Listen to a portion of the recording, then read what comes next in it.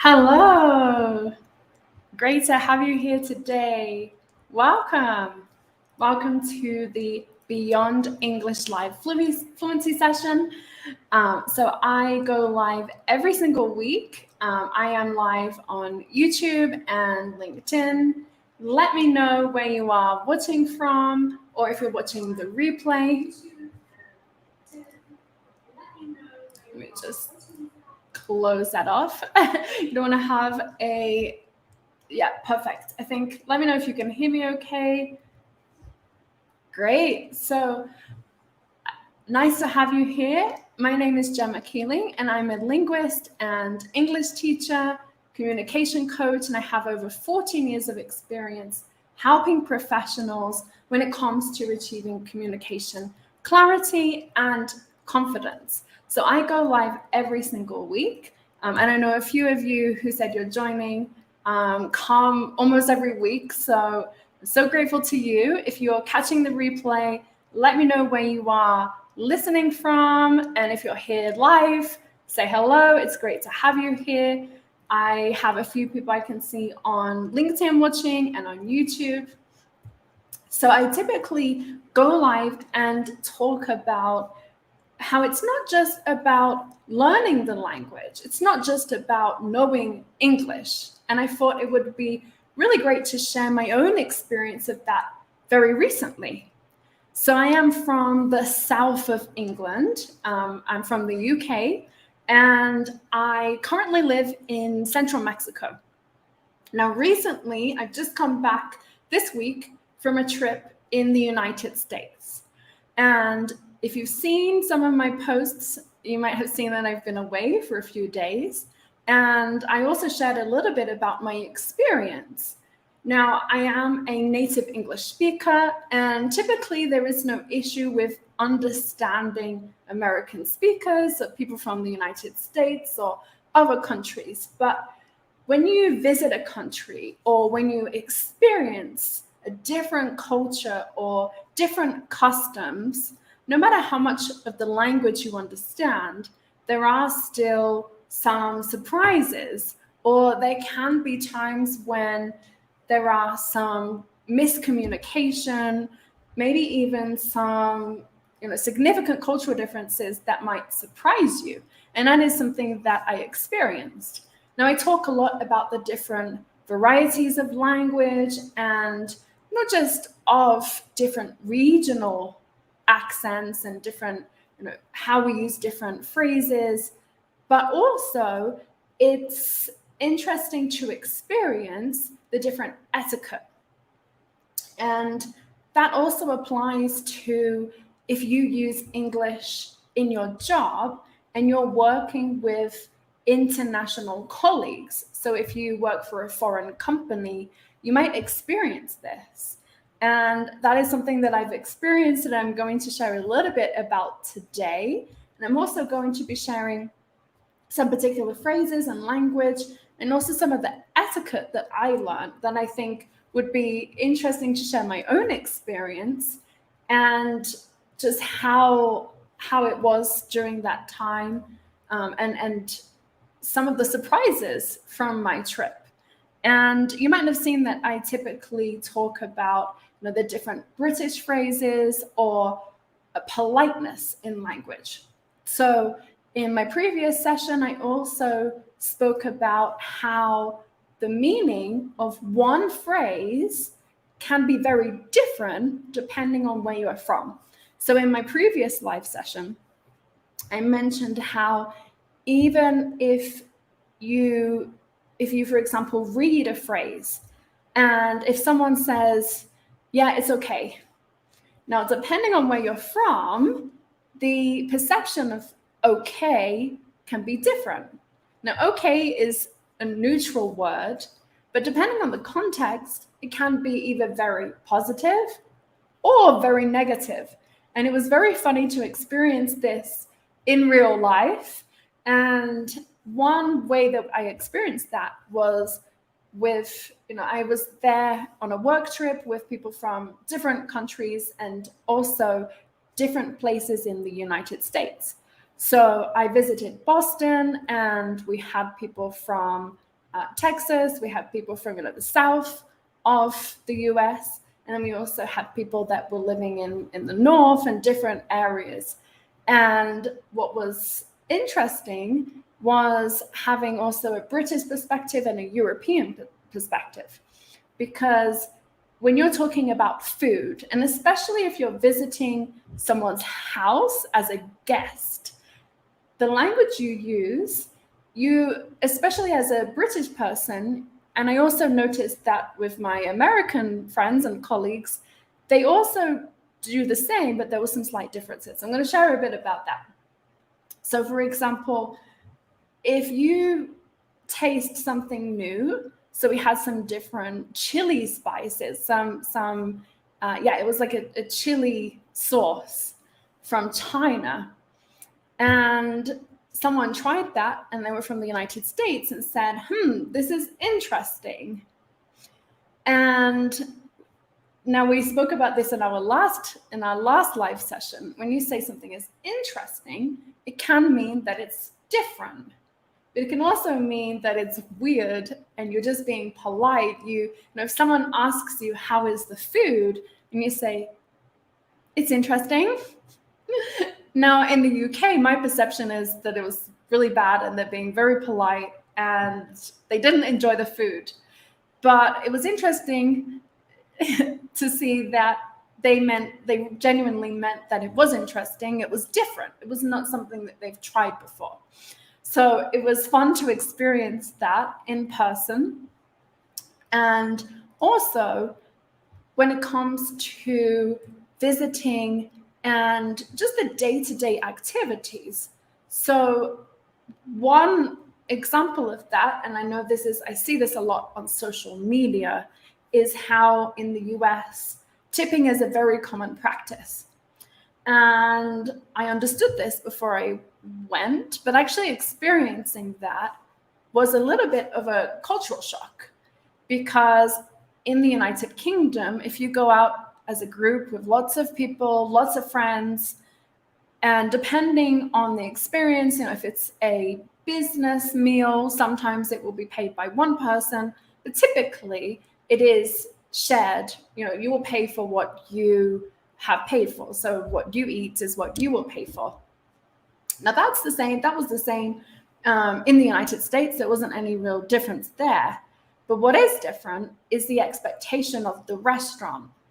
And in the United Kingdom, if there's a group of 10 people and everyone wants to use their own personal credit card, 10 people will be able to pay on their card. But something that I learned is typically in the United States, and this is just my own experience from this week, when you go to a restaurant, they don't like it if you pay in multiple cards, which I understand, because there's usually a fee. And when you make a payment on a card, they take a fee. So they like it if you pay either in cash or if there is just one card and then you send the money to each other. Now that wasn't possible because not everyone can do that so easily, being from different countries. So we had to make the payment with 3 different cards. Now, sometimes they even have a limit of they only accept 2 cards or 3 cards. And there was 4 of us that wanted to pay on card. So in that situation, in the UK, it would not be a problem. But my experience in the restaurant was a lot of confusion. And typically, if you're in a situation like that, even if it's in your personal life or a business trip or at work, misunderstandings in communication come from assumptions. There's an assumption that you understand the custom, and there's an assumption that what I do in my own country or my own way of communicating is also going to be understood by the other person, so by your client or by your colleague. And that's not usually the case, just as I experienced. So my expectation was that they would bring the check, so everyone can make the payment. Yes, it's just one receipt, and everyone would then be able to make the payment with the terminal. Now, that's not what happened. And their perception was that, typically an American person would pay on one card, and then we would, if we wanted to distribute the payment, we would do that ourselves. So that was the assumption. And I know many of my own clients who are professionals, and they might be working in British companies or they're working in foreign companies. The main reason for any miscommunication is typically that there's an assumption. So I've experienced that now for myself, and I realized that it's not just about how much of the language you know, but it is the different, it's beyond language. And that's why I have called this weekly session that I do Beyond English Fluency. Because even when you have a native level of English, there are going to be times when there are miscommunication. You can have a very wide vocabulary, but it's that understanding, even in your own language, when you're communicating with people you work from home, you're a remote worker, but you have colleagues in maybe 10 different countries, there are going to be times when there is miscommunication. So I talk a lot about, well, what can you do? And sometimes you have to just realize that there are going to be confusions. There are going to be times when you will make a mistake or when you will feel embarrassed, and that's okay. It really does happen to many people. It just shows that you're outside of your comfort zone, or you're experiencing something new, which it's just how you look at that experience. And I found that experience very fun. I now have a deeper understanding. So it helps to have that perspective. Now, it also helped to have people there guiding me during these types of experiences.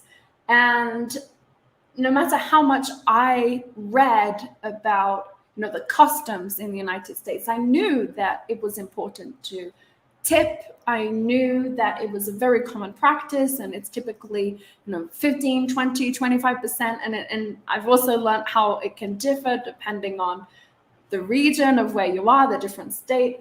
But I understood that. But there are always going to be things that maybe you just, no matter how much you read, until you'll experience it, you have to be prepared based on no matter what happens, no matter what kind of difficult experience or situation, what you really need is that preparation to be able to handle those difficult situations. And sometimes, like I said, even the most difficult situations, we realize that we just have to, maybe it's a little bit embarrassing, maybe we will make mistakes, but it's just from that mindset of I'm learning, and that's okay too.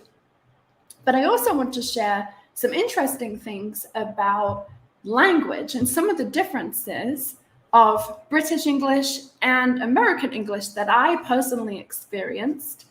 And one thing that's very common in the United Kingdom, typically people from England and from the UK, when they are asking for the restroom or they want to use the toilet.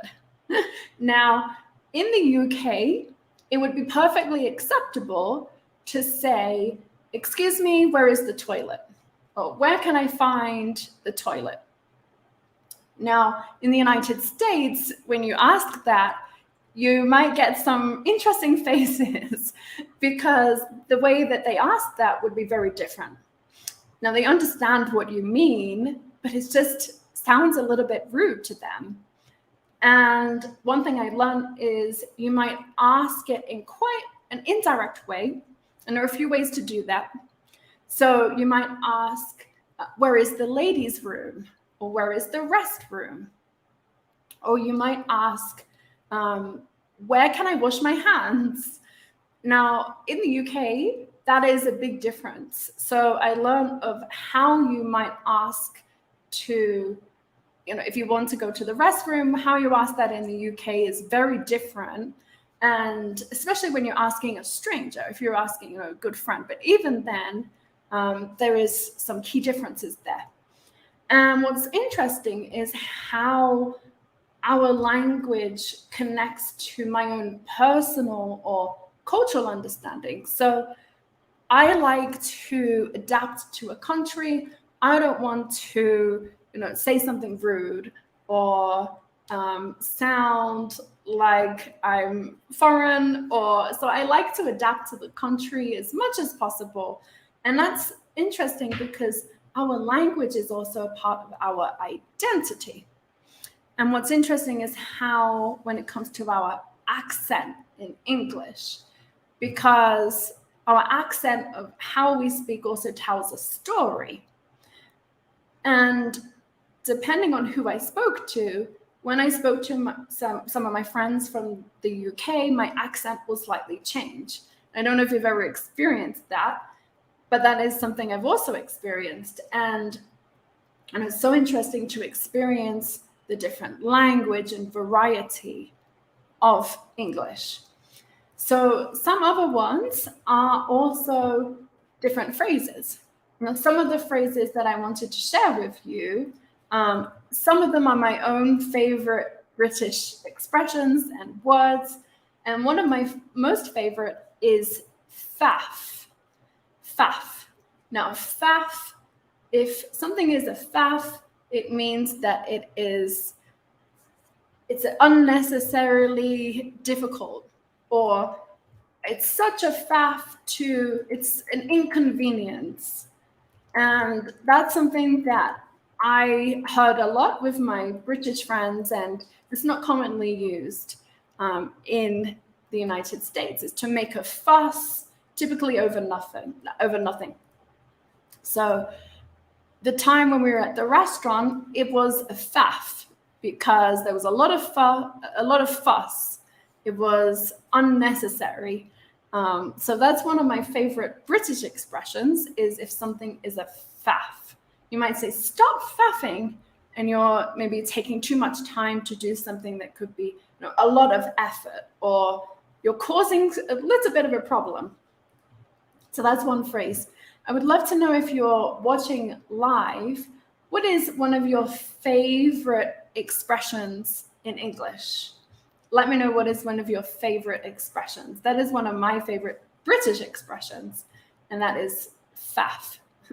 So that is one of them. And if you have also seen on Instagram, one that I use very commonly as a British English speaker, and that is to nip down. So I might say, I'm just going to nip down to the shop. And that means I am going to be very quick. I will leave. Maybe I will take 5 minutes. I will go to the supermarket, or I will go to the grocery store, and I will come back. So I will nip out means I'm leaving and I'm coming back. Now, in the United States, it might be that you would say, I'm going to run down, and you might run down to the shop. Now, that's also something we would say in the UK, and it doesn't involve running. So that's also another difference that I've heard recently. Now, a lot of these phrases I talk about on my Instagram. So if you're not already following me on Instagram, go ahead and do that. I share a lot of different content, lots of short videos, all about the different phrases, British English phrases and phrasal verbs that are commonly used in the UK, and also how they might be understood in the United States, which I know for many of you, if you're looking to work in an international environment, or if you are already doing that, it's a great way to expand your vocabulary and to also understand your colleagues, or maybe your clients, if they use some of this regional phrases and language. So if you're not already, my Instagram is Fluent Speakers. Go ahead and give me a follow, and I'd love to hear from you if you're not already.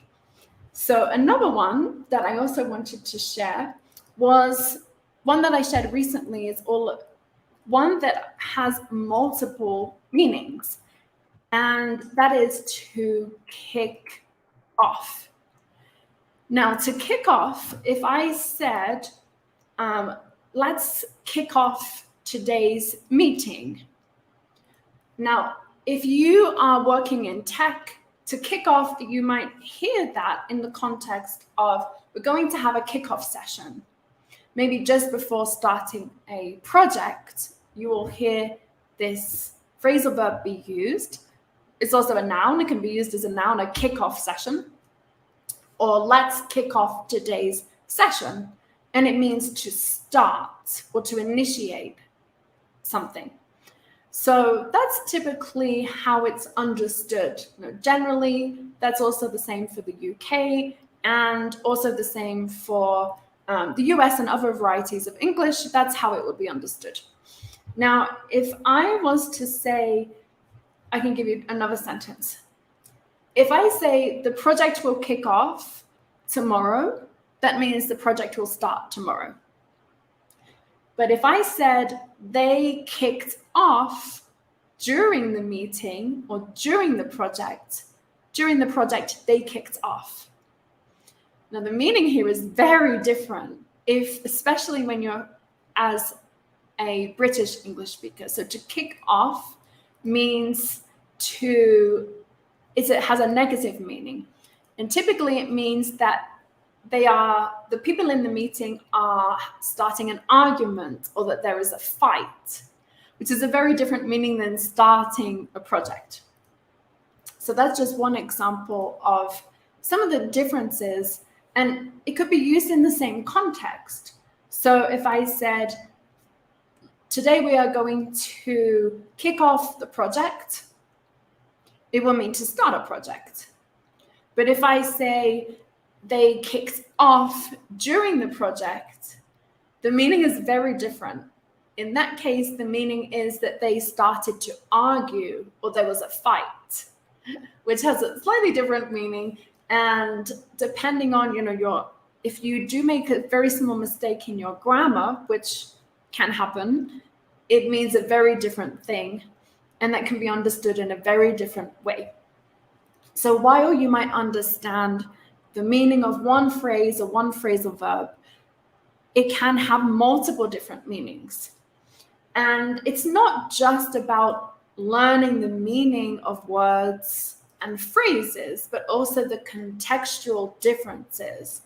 So that's something to always consider when you are speaking, and especially in an international context, and if your colleagues are from different countries. So that's one of them, is to kick off. The meaning of that has multiple meanings. Another meaning is if you start a football game or a soccer game, to kick off is when you start, a sporting event. So the World Cup will kick off in December, for example. Or you might say the game is going to kick off at 3:00. So it has, again, another meaning, even though it's quite similar, the contextual meaning can be slightly different. So let me know if you can think of another example like that. So maybe one that you have heard recently, maybe at work.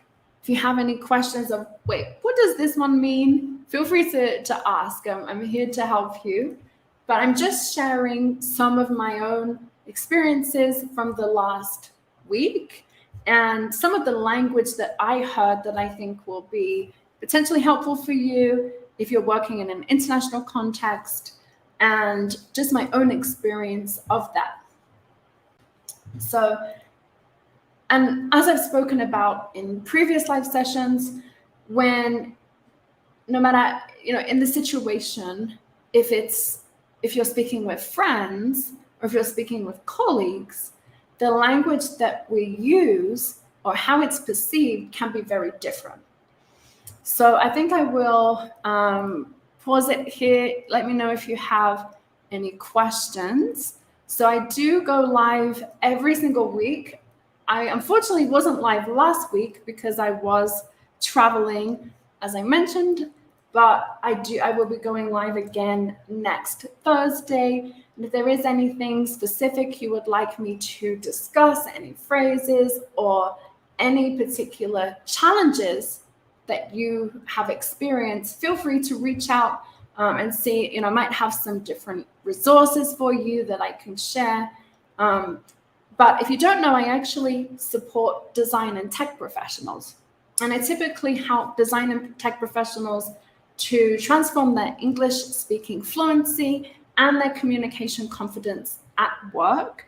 So if you are either using English right now in your job, or you would like to, if you would like to have more opportunities, and you feel maybe it's not just the language, maybe you understand the language, just like me in my experience of going to the US, but maybe you're having some particular challenges in your job where you are using English, or if you feel that you would just like to, maybe you have a good level and you don't want to lose that level. I know that's also, many of the clients I work with, that's an important reason, is just to make sure, yeah, I'm doing fine, I'm doing okay, just getting that peace of mind and that support in a safe space. That's something that you would be interested in. Feel free to send me a message.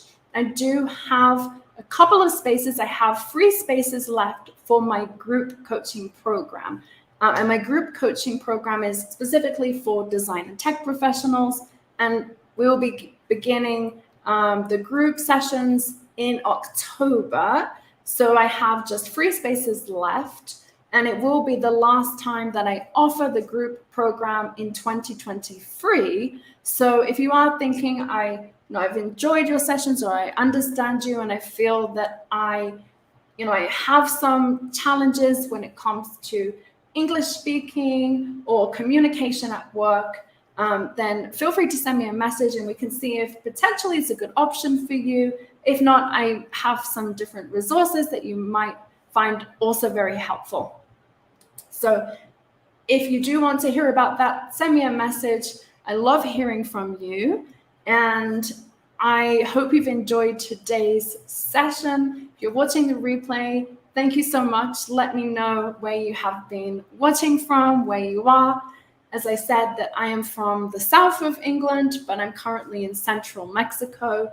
And I love hearing from you. Let me know if you have any questions at all about any of the phrases that I've shared, or my own experience of going to the US and some of the challenges that I faced, even, as a native English speaker, and seeing it on paper, or reading articles, reading books, listening to podcasts, until you experience it in real life. So when you might be using English all the time, but until you experience it for real, in person, it can be quite eye-opening. And that was my own experience this last few weeks. But I'm going to turn it off now, and I will see you all next week in my live session. Thank you for joining. I'll see you all very soon. Bye.